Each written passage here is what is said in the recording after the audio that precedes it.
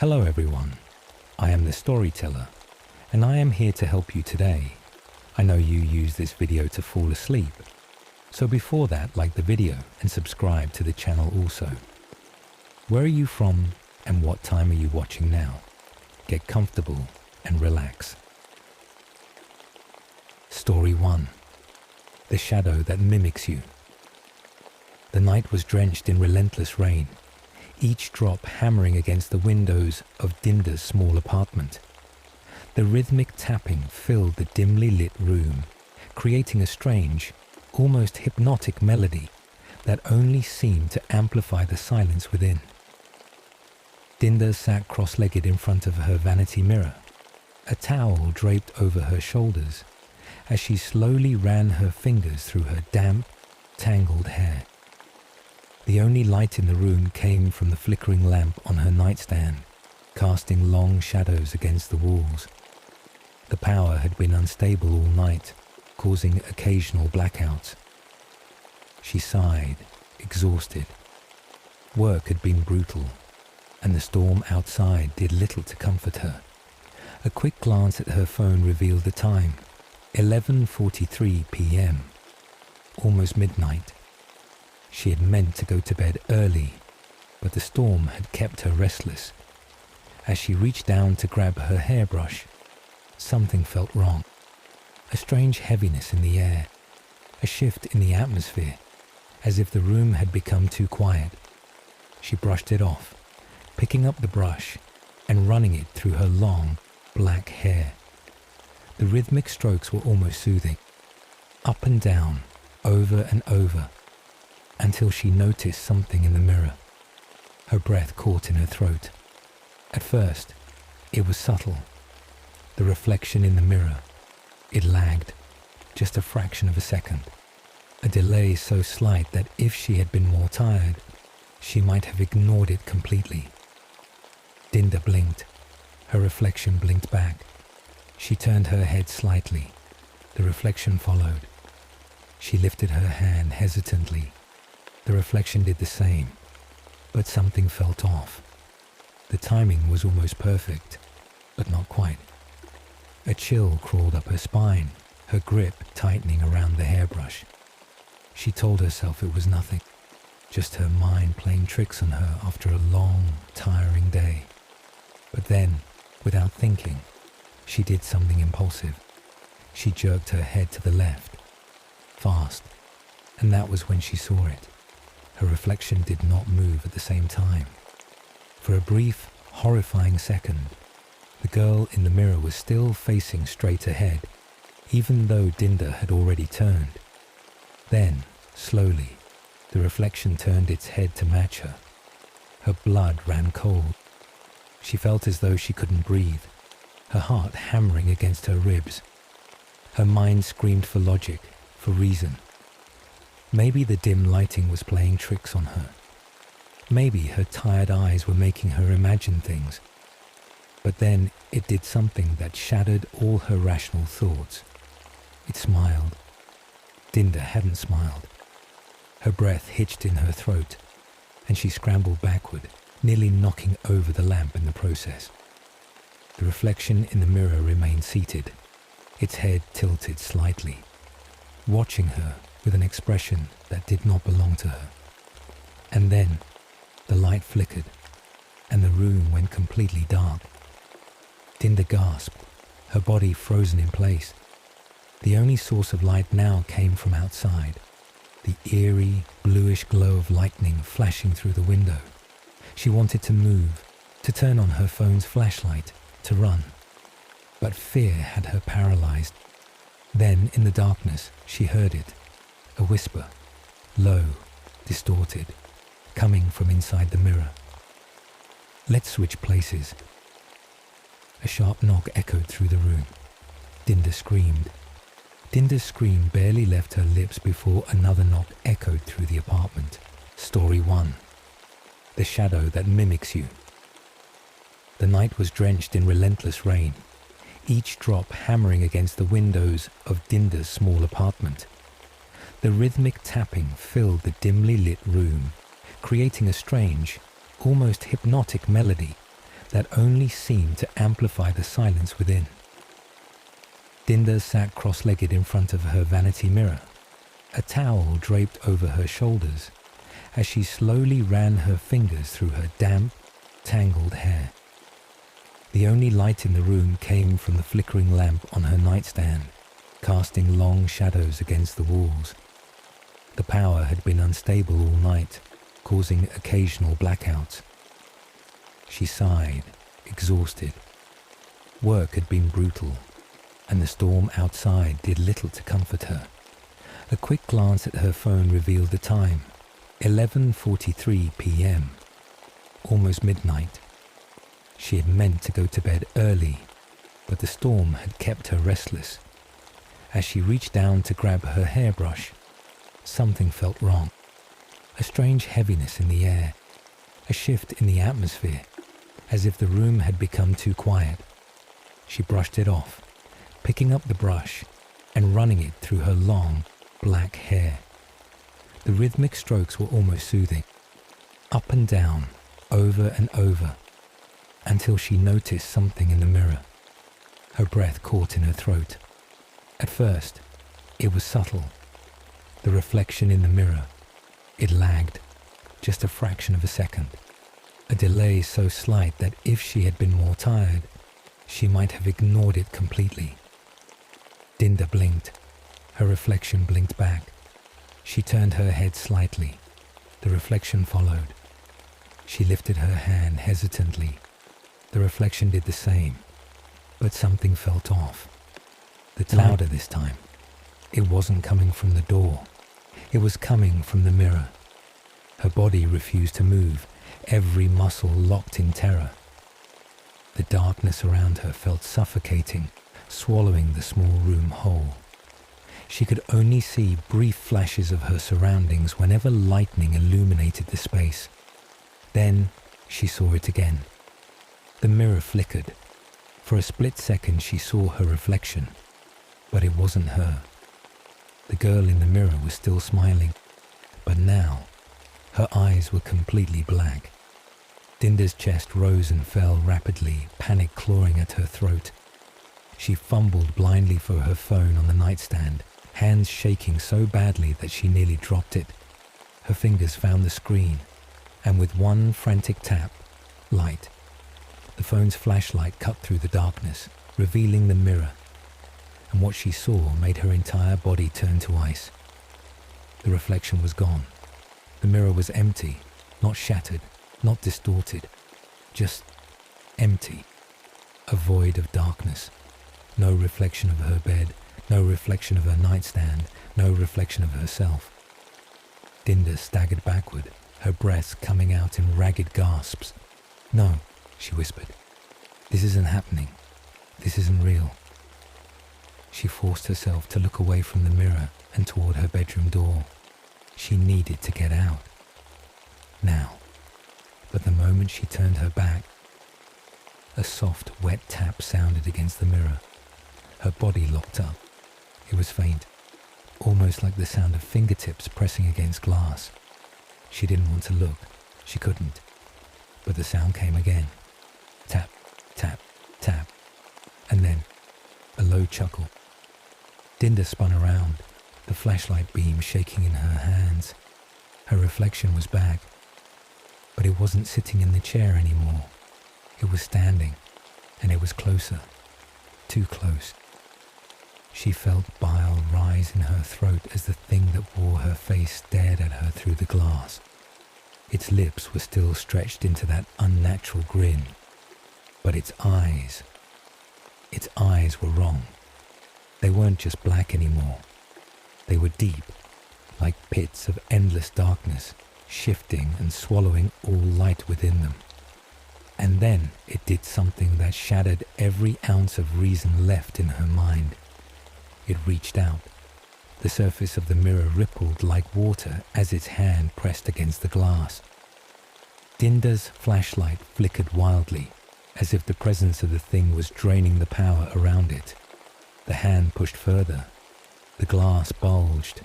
And then a crack. A thin, jagged line snaked across the mirror's surface. Then another, and another.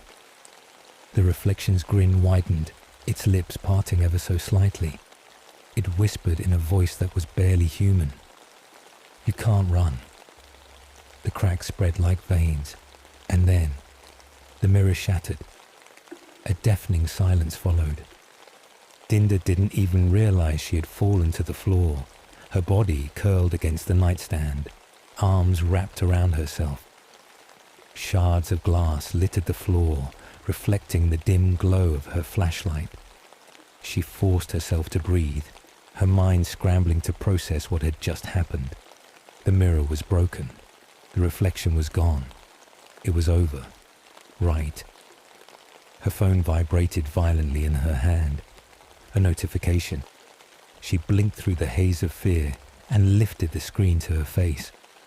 A text message from an unknown number. The text contained only 2 words. "Turn around." Dinda's heart stopped. A cold breath caressed the back of her neck, and she knew she was no longer alone. Dinda's fingers tightened around her phone, her breath shallow and uneven. The room was dead silent, except for the faint sound of her own heartbeat pounding in her ears. She didn't want to turn around. Every instinct in her body screamed at her to stay still, to pretend she hadn't seen the message. But she could feel it, a presence, standing right behind her, cold, heavy, wrong. Her body refused to obey her. Her arms trembled as she clutched her phone. Her legs curled beneath her like a child hiding from a nightmare. Another breath brushed against her skin. This time, closer. The room was too quiet, too empty. But she knew she wasn't alone.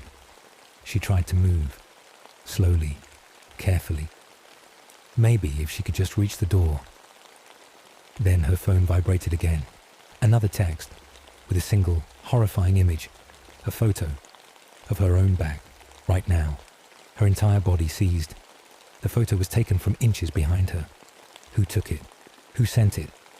The answer was right there, behind her. Dinda couldn't breathe, couldn't think.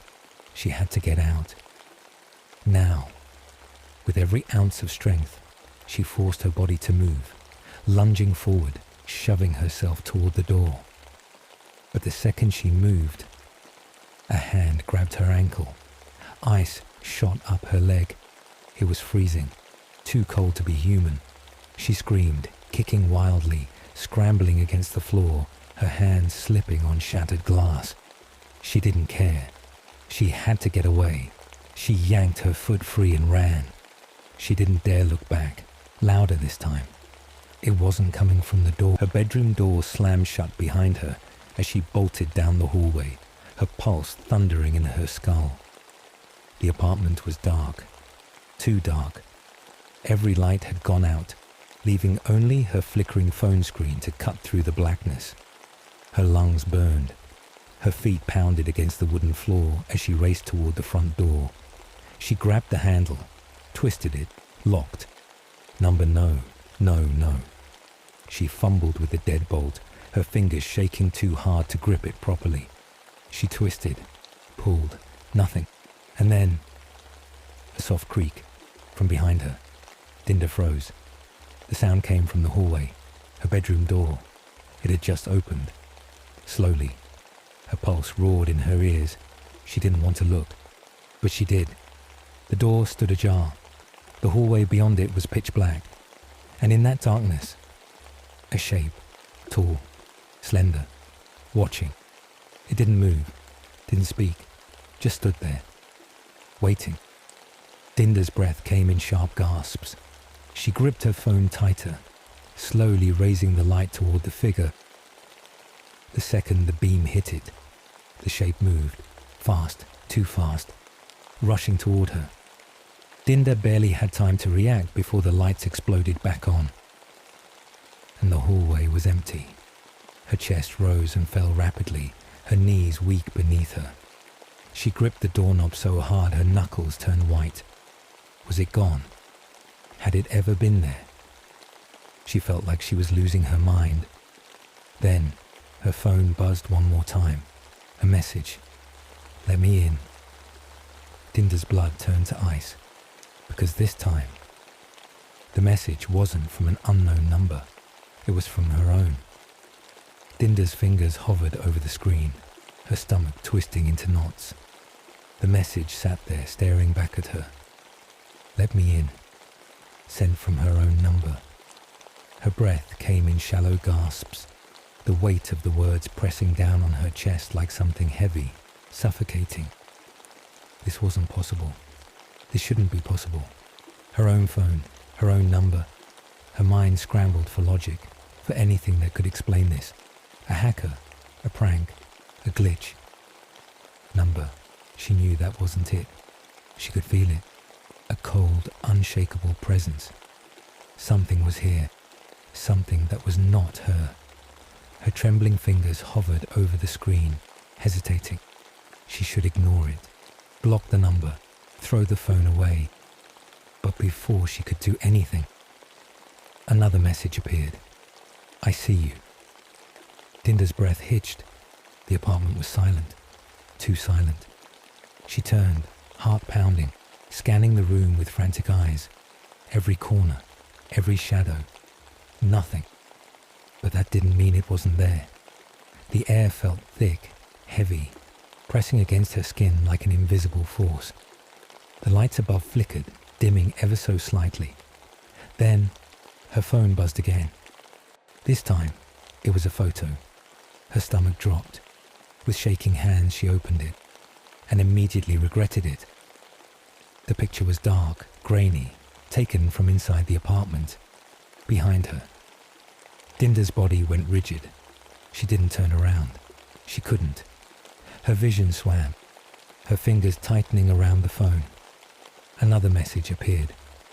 Why won't you look at me? Dinda squeezed her eyes shut. This wasn't happening. It wasn't real. She needed to get out. She forced her legs to move, inching toward the front door. The deadbolt was still stuck, refusing to turn no matter how hard she twisted it. Her breath grew shallow, panic clawing at her throat. She needed something, anything to break the door down. She glanced toward the kitchen. A knife. If she couldn't escape, she would fight. Gathering every ounce of courage, she sprinted for the kitchen. But the second she reached the doorway, her phone buzzed one more time. Dread pulled in her stomach. She looked down at the screen. Another text. Don't you remember? Her fingers hesitated. Remember what? Her pulse thundered in her ears as another photo appeared. This time, the image wasn't dark. It wasn't grainy. It was clear. It was her, standing in front of the mirror, wearing the same clothes, the same towel draped over her shoulders. But her face was wrong. She wasn't scared. She wasn't crying. She was smiling. Too wide, too unnatural. And behind her, a figure, tall, slender, shadowy, standing just behind her reflection, watching, waiting. Dinda's stomach lurched, bile rising in her throat. This photo, when was this taken? Her knees buckled, her mind spun. None of this made sense. What did it mean? Then a final message appeared, and when she read it, her entire world collapsed. We've already switched. Dinda's vision blurred as the words burned into her mind. We've already switched. Number no, that wasn't possible. She was still here, in her apartment, in her body. Right? Her heart pounded like a war drum as she clutched the phone. Her grip so tight, her knuckles turned white. This isn't real. It's just a nightmare. But deep inside, she knew the truth. Her fingers trembled as she swiped back to the photo.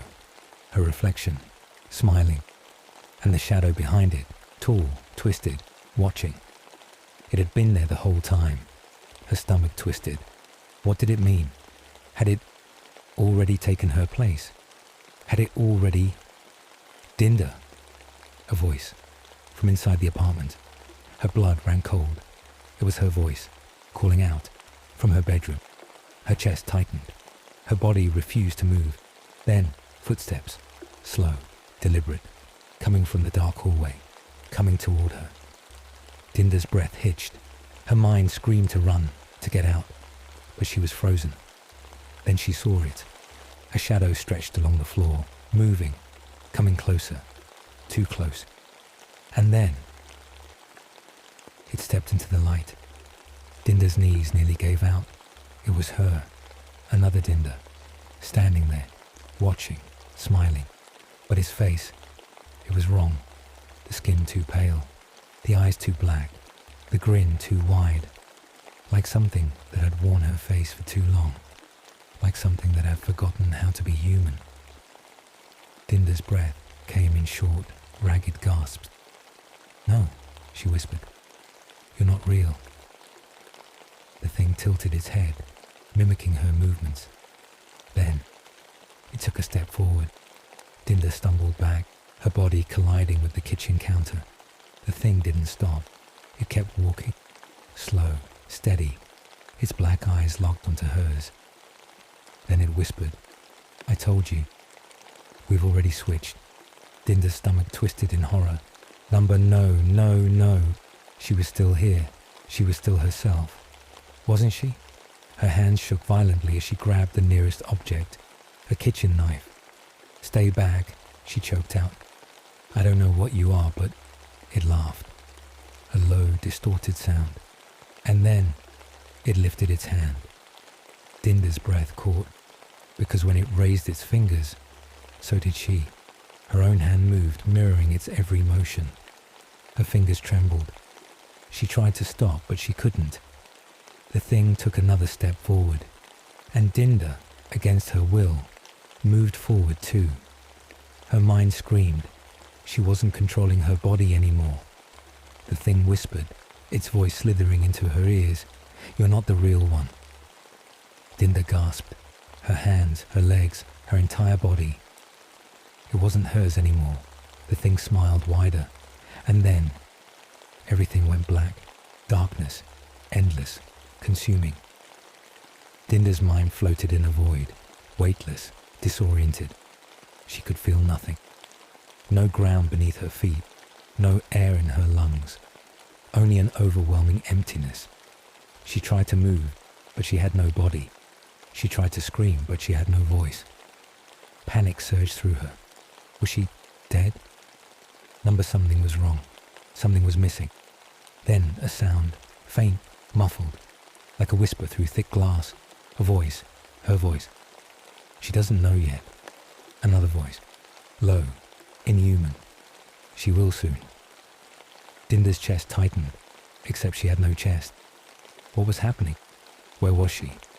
She tried to focus, to grasp onto anything familiar. Then, like a thread pulling her consciousness forward, light appeared. Daminsoy's faint, like a fog lifting, and through it, a mirror. She saw herself, standing in her apartment, alive, breathing. But she wasn't in her body. She was watching, from the other side. Her reflection blinked, moved, smiled, but she wasn't controlling it. Dinda's stomach dropped. She wasn't in the real world anymore. She was inside the mirror. No. This wasn't real. It couldn't be real. She slammed her hands, her non-existent hands, against the glass. But no sound came. Her reflection tilted its head. It was looking at her, watching. Not as a reflection, but as something separate. Something that had taken her place. Dinda tried to scream, but the mirror world swallowed her voice. Her reflection lifted a hand, slowly, mockingly, and waved. Then, from the outside world, a voice called, "Dinda!" Her body, the thing wearing her body, turned toward the door. A knock. "Dinda, are you okay?" It was Rena, her best friend. Dinda's mind twisted in panic. She needed to warn her. She needed to stop this. But her reflection only smiled wider, walking toward the door, walking toward Rena. Dinda banged against the glass with everything she had. "Rena, don't open the door." But her voice didn't exist, and as the door creaked open, Dinda's reflection turned back, looked straight at her, and whispered, without moving its lips, "Enjoy your new home." Then, the lights in the real world flickered, and the mirror turned to black. Nothing, only nothing. Dinda floated in the pitch-black void, weightless, thoughtless, soulless. She had no sense of time, no sense of self, no heartbeat, no breath, just the endless abyss. And then, a whisper, faint, distant, but it wasn't hers. It slithered into the empty space, curling around her mind like cold fingers. "You are forgotten." Dinda's thoughts snapped back like a rubber band. Number no, she was still here. She was Dinda, wasn't she? The whisper came again. "You don't belong out there anymore." A flash, the mirror, a brief, flickering image of her own apartment, but she wasn't in it. She saw Rena, sitting on the couch, laughing, with her. Or rather, the thing wearing her face, her shadow, her replacement. Dinda screamed, but there was no sound, no air, nothing to carry her voice. No one could hear her. No one even knew she was gone. The void shifted. Shapes swirled in the darkness, distorted reflections. Faces, some familiar, some not. Their eyes hollow, their mouths locked in twisted grins. Trapped. Just like her. She wasn't the first. She wouldn't be the last. The truth hit her like ice water. This was where they went. The ones who saw the wrong reflection. The ones who had switched. They were all here. Forever. Dinda's mind reeled, panic clawing at her.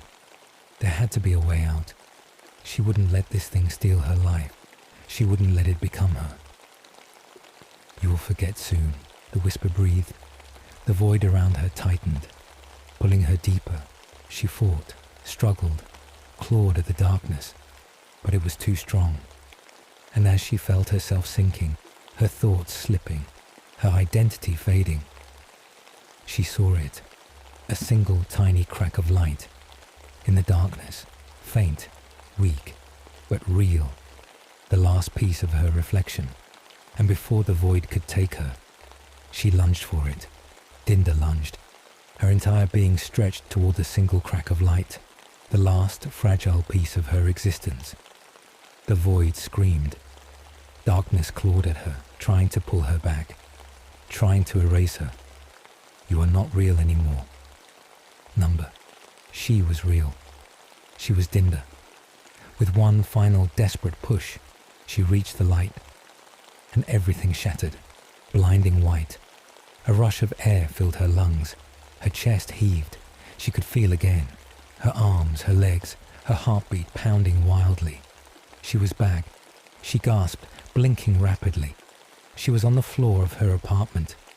The mirror in front of her was cracked. A thin fracture running down its center. And then she saw her reflection. It wasn't smiling anymore. It was screaming. The thing that had stolen her place, trapped inside. Its hands slammed against the glass, its mouth open in a silent wail. Its eyes, black, endless, empty, burned with rage. Dinda staggered back. It wasn't her, not anymore.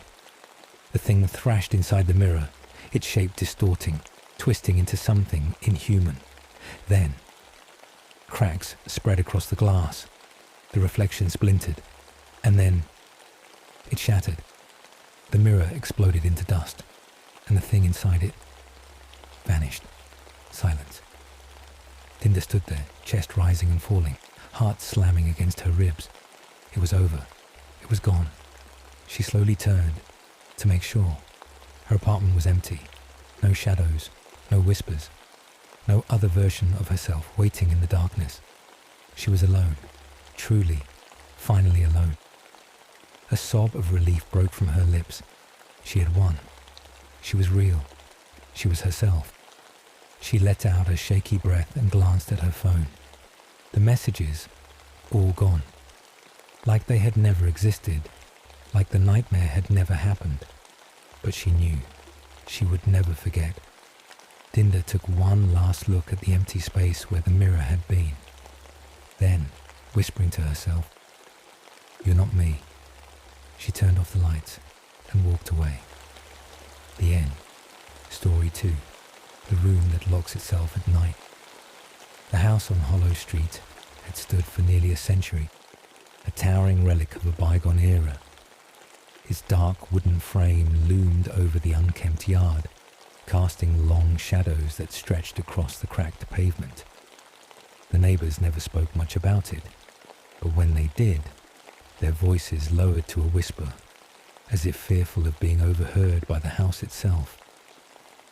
Ethan Carter had never been a man who believed in ghost stories. He was a realist, a man of logic and reason.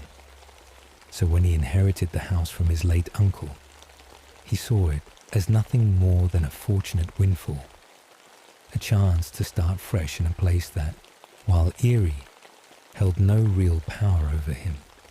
The first time he laid eyes on the mansion, he felt a slight chill run down his spine. The air around it was heavy, as if the house itself exhaled a presence, something unseen but undeniably there. Still, he shook off the feeling and stepped inside. The interior was just as imposing as the outside. Grand chandeliers hung from the ceiling, their crystals dulled with age.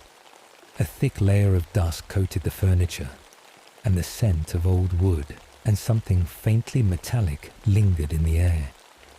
Paintings of unfamiliar faces lined the hallways, their eyes following him no matter where he moved. But it was the second floor that unsettled him the most.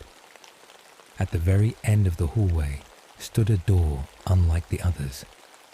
It was heavier, made of dark oak, and carved with strange weathered symbols. The door seemed older than the rest of the house, as if it had been there before the mansion itself was built. The whisper came again. "You don't belong out there anymore." A flash, the mirror, a brief, flickering image of her own apartment, but she wasn't. When he tried the handle, it didn't budge. It was locked. Ethan frowned, pressing his ear against the door. Silence. Just as he was about to turn away, a peculiar detail caught his attention. There was no keyhole on the outside, no visible way to unlock it. That night, as he settled into his new home, he found himself unable to stop thinking about that door. Who had locked it? And more importantly, why? His uncle's will had mentioned the room only once, in a single ominous line. "Do not attempt to enter the locked room after dark." At the time, Ethan had dismissed it as an eccentric warning from an old man. But now, standing in the dimly lit hallway, staring at the unmovable door, he wasn't so sure. As he turned away, a soft creaking sound made him freeze. The door had moved, just an inch. A gust of cold air swept past him, and for the first time since arriving at the house, Ethan felt something he couldn't explain. A presence, watching, waiting. Ethan spent the rest of the evening trying to ignore the unease that crept under his skin.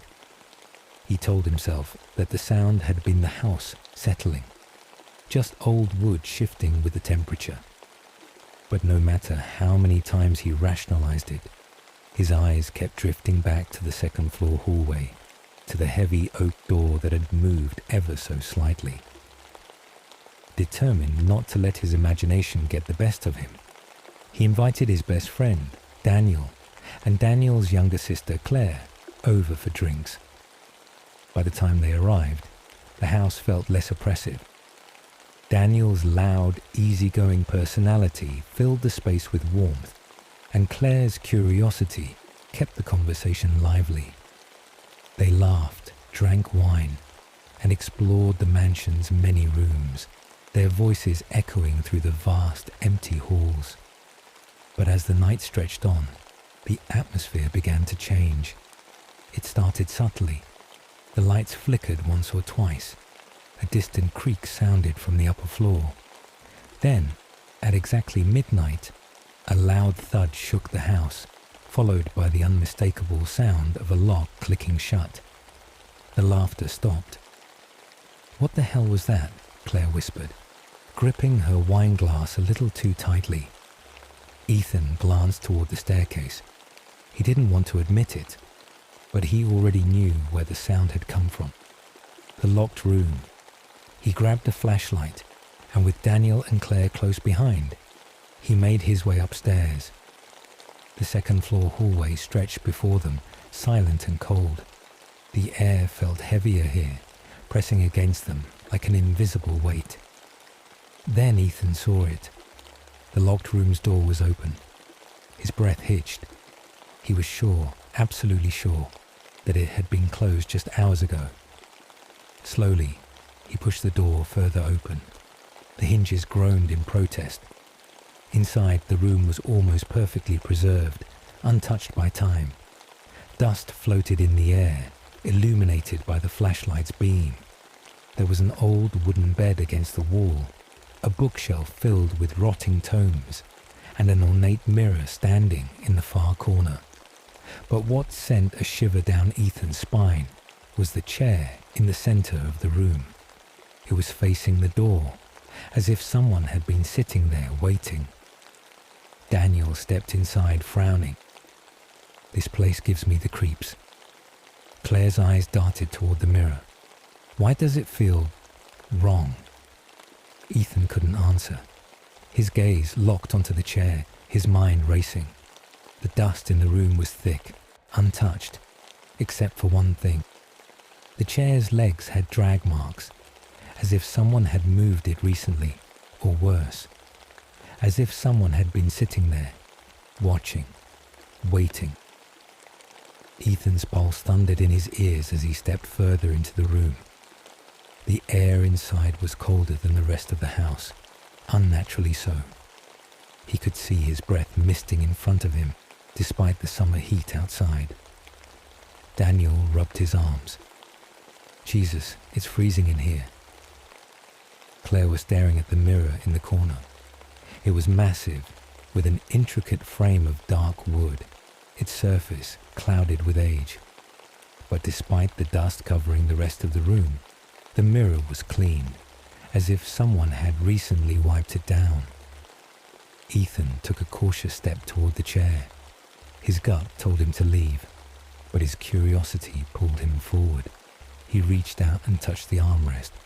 The wood was smooth but warm, not like the rest of the freezing room, like someone had just been sitting there. A sharp creak behind him made him whip around. The door, it was closing. He lunged forward and caught it, just before it shut completely. His heart pounded. "Nope, we're done here." Claire exhaled shakily. "Yeah, let's go." The three of them backed out of the room, never turning their backs on the chair, on the mirror, on whatever else might be in there with them. Ethan pulled the door shut and tried the handle. It wouldn't budge, locked again. "Okay, that's insane," Daniel muttered. "How does a door lock itself?" No one had an answer. When he tried the handle, it didn't budge. It was locked. They hurried downstairs, but the feeling of being watched followed them. Even in the warm glow of the living room, Ethan felt it, an invisible weight pressing against his chest. By 2 a.m., they decided to sleep in the main living area. No one wanted to be alone, but sleep never came easily. Somewhere around 3 a.m., Ethan woke to a sound, a whisper. At first, he thought it was Claire talking in her sleep, but then he realized the voice was coming from above them, from the second floor. He slowly sat up, heart hammering. The whispering was faint, like a conversation happening just beyond the range of comprehension. Software, urgent, desperate.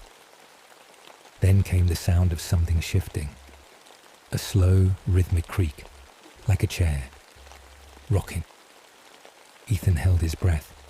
He wasn't the only one awake. Daniel was sitting up too, staring at the ceiling, his face pale. "You hear that?" Ethan whispered. Daniel just nodded. The whispering grew louder, and then it stopped. A new sound replaced it, a soft tap, then another. A series of slow, deliberate footsteps coming down the stairs. The footsteps echoed through the silent house, each one deliberate, unhurried. Tap, tap, tap. Ethan's breath caught in his throat. He wasn't imagining it. The sound was coming from the second-floor hallway, just beyond their sight. Someone or something was descending the stairs. Daniel sat frozen, gripping the edge of the couch.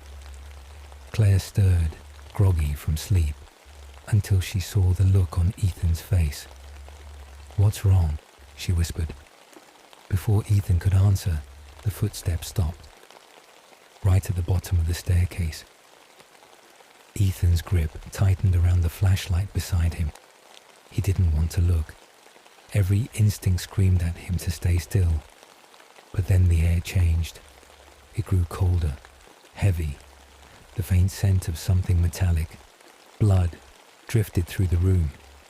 And then the floor creaked, right behind them. Claire gasped, spinning around. Ethan grabbed the flashlight and flicked it on, sweeping the beam across the living room. Nothing. Just empty space. But the feeling remained, the overwhelming sense that something was there, watching, waiting. Daniel exhaled shakily. "We're leaving. Now." Ethan nodded, his body tense. "Get your stuff." They scrambled to their feet, gathering their bags as quickly as possible. Claire was already heading for the door when a loud crash shattered the silence. They all whipped around. The flashlight beam landed on the second-floor landing. The locked room's door was wide open. The chair inside had moved. It was now facing the hallway, facing them. But that wasn't what made Ethan's stomach drop. It was the mirror. There was something in the reflection. A figure. A dark silhouette standing in the doorway, just behind the chair. It had no face, no features. Just a black, hollow mass in the shape of a person. And as Ethan's trembling hand held the flashlight steady, the figure slowly, so slowly, tilted its head, acknowledging them. Then the door slammed shut. The house shook, and from somewhere deep within the walls, the whispering started again. Ethan didn't think. He just ran. The house seemed to breathe around them, the walls groaning as they sprinted toward the front door. Claire was ahead of him, her fingers fumbling at the lock. "It won't open," she gasped, yanking the handle.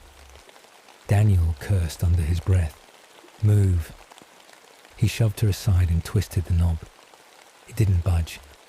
The whispering grew louder. It came from everywhere now, above them, behind them, inside the walls. Hushed voices speaking in a language none of them understood. The air was so cold that Ethan's skin prickled. Then, a loud bang. They spun toward the staircase. The locked room's door was wide open again. The chair was overturned now, as if something had risen from it violently. And in the mirror's reflection, the dark figure was closer. Daniel took a step back, panic flaring in his eyes. "Screw this. We break a window." Before Ethan could agree, something scratched the wooden floor behind them. A slow, dragging sound. Ethan whipped around, his heart pounding. His flashlight beam flickered as it landed on the far end of the hallway. The dining room chairs had moved. One by one, they were slowly dragging themselves away from the table, their legs scraping the floor in a slow, rhythmic pattern. And then, the lights cut out. Total darkness. Claire let out a strangled cry. Ethan's breath came in quick, panicked gasps. He fumbled with his phone's flashlight and turned it on. The dim glow barely pierced the blackness. Then something shifted in the corner of his vision. Not in front of him, not behind him, but in the mirror. He turned the light toward it and saw the reflection. The figure was there, right behind them. Its head twitched, jerking at an unnatural angle. The whispers turned into something else now, a distorted, ragged breathing that filled the room. Then a voice. They hurried downstairs, but the feeling of being watched followed them, even in software. Amused. You shouldn't be here. The flashlight flickered.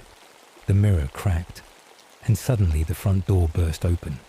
The force sent them stumbling forward, nearly falling onto the porch. The second they hit the open air, the whispering stopped. The darkness inside the house seemed to pull back, retreating into itself. The three of them ran.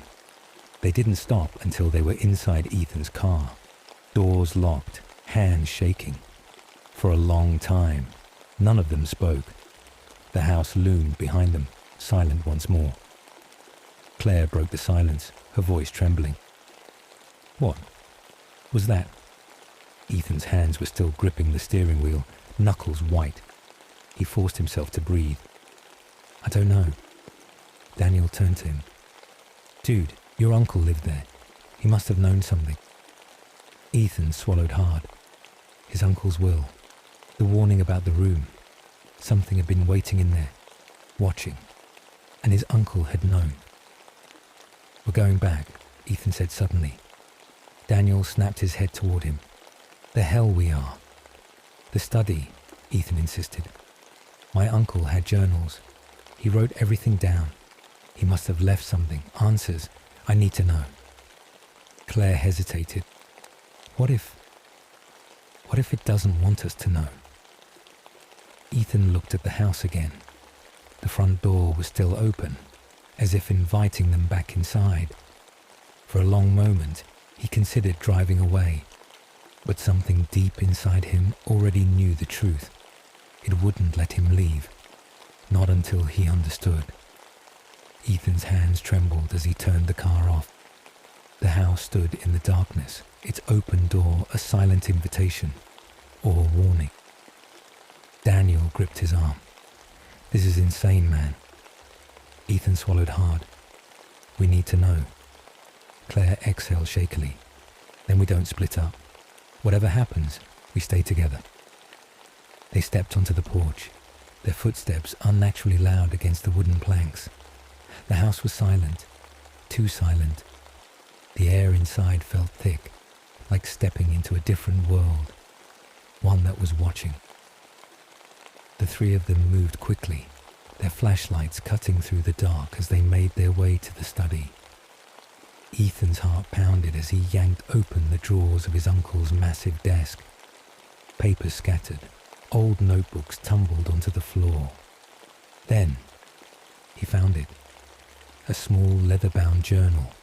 The edges were worn, the pages brittle with age. He flipped to the final entry. She locks herself inside. Every night she waits.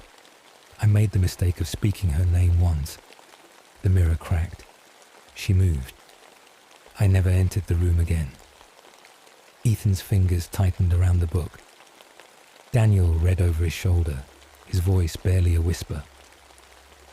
Who is she? Claire's breath hitched. She pointed to the next page. One word had been scrawled in uneven, desperate handwriting. Marietta. The second Ethan read the name, the whispering returned. A slow, suffocating sound curling around them like smoke. Then the lights exploded. Glass rained down as the bulb shattered, plunging them into darkness. Claire screamed. Ethan grabbed her wrist, pulling her close. Run! They sprinted for the door. Bang! The study door slammed shut. The temperature dropped so fast that their breath fogged in front of them. Then, from the corner of the room, a mirror cracked. Ethan's flashlight flickered as he turned toward it. His stomach dropped. The reflection was wrong. In the glass, their images stood frozen, but Claire was missing. Ethan turned in real life. She was right beside him. But in the mirror, her place was empty. Then, movement. In the reflection, a shadow rose from where Claire should have been.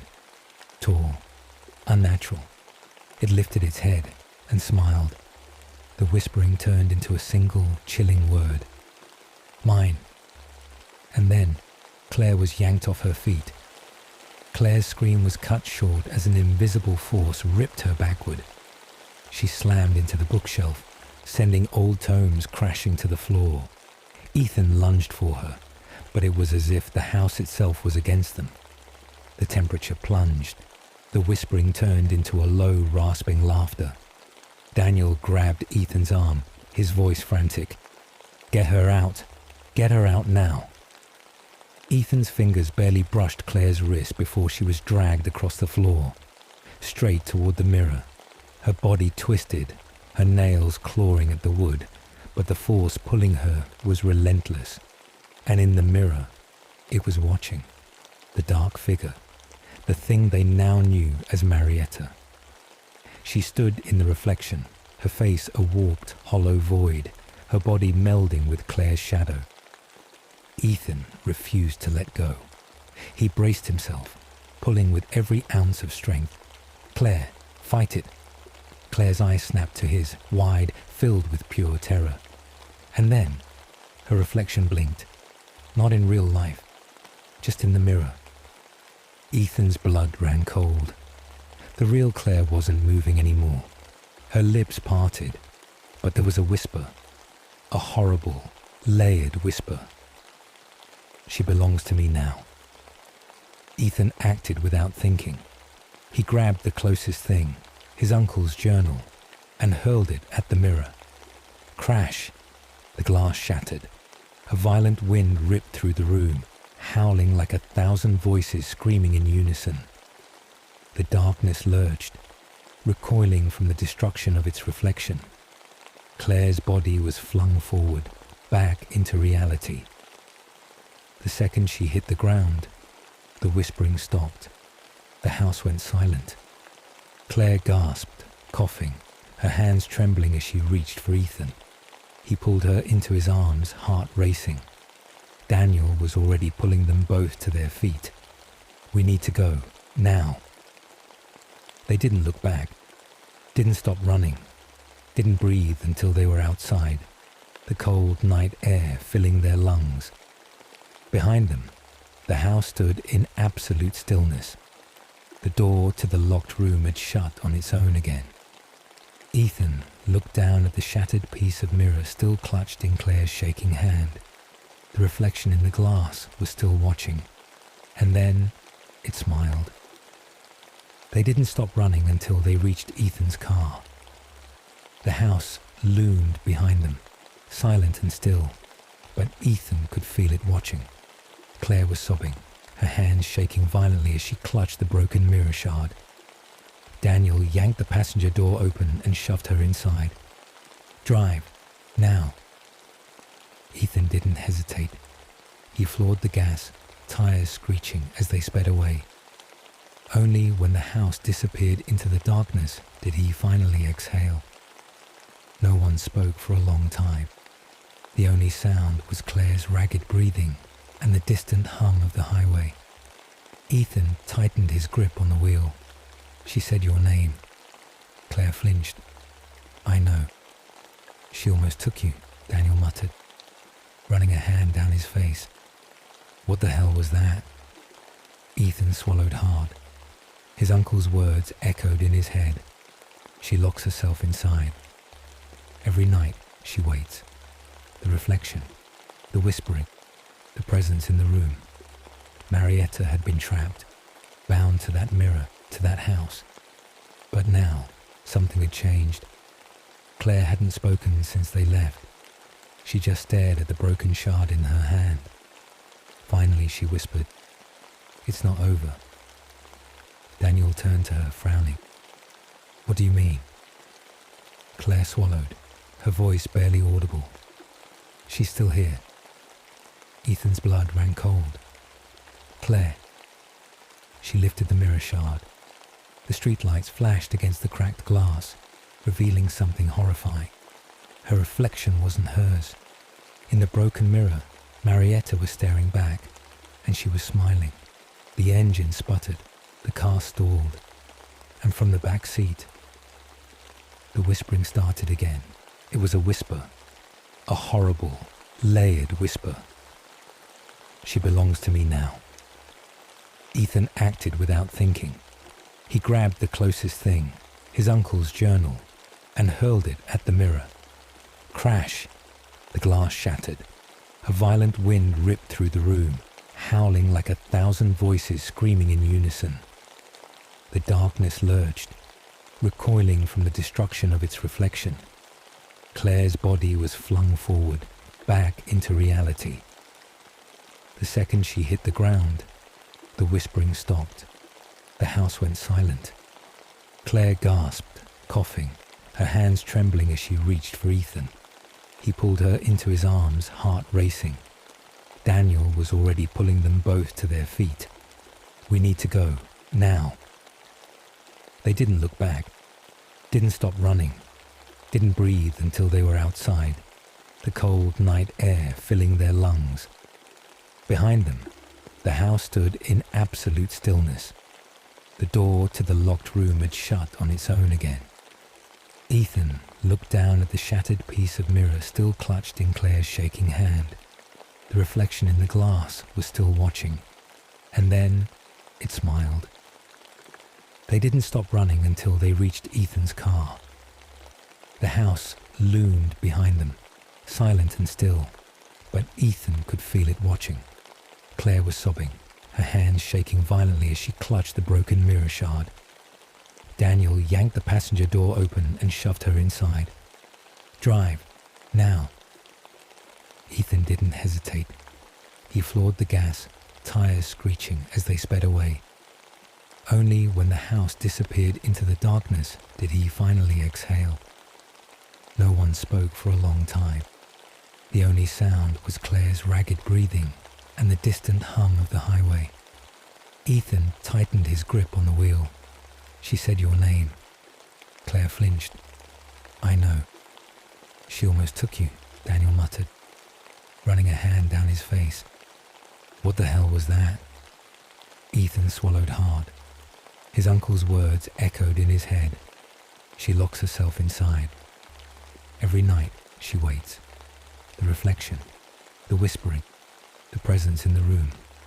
Marietta had been trapped, bound to that mirror, to that house. But now, something had changed. Claire hadn't spoken since they left. She just stared at the broken shard in her hand. Finally, she whispered, "It's not over." Daniel turned to her, frowning.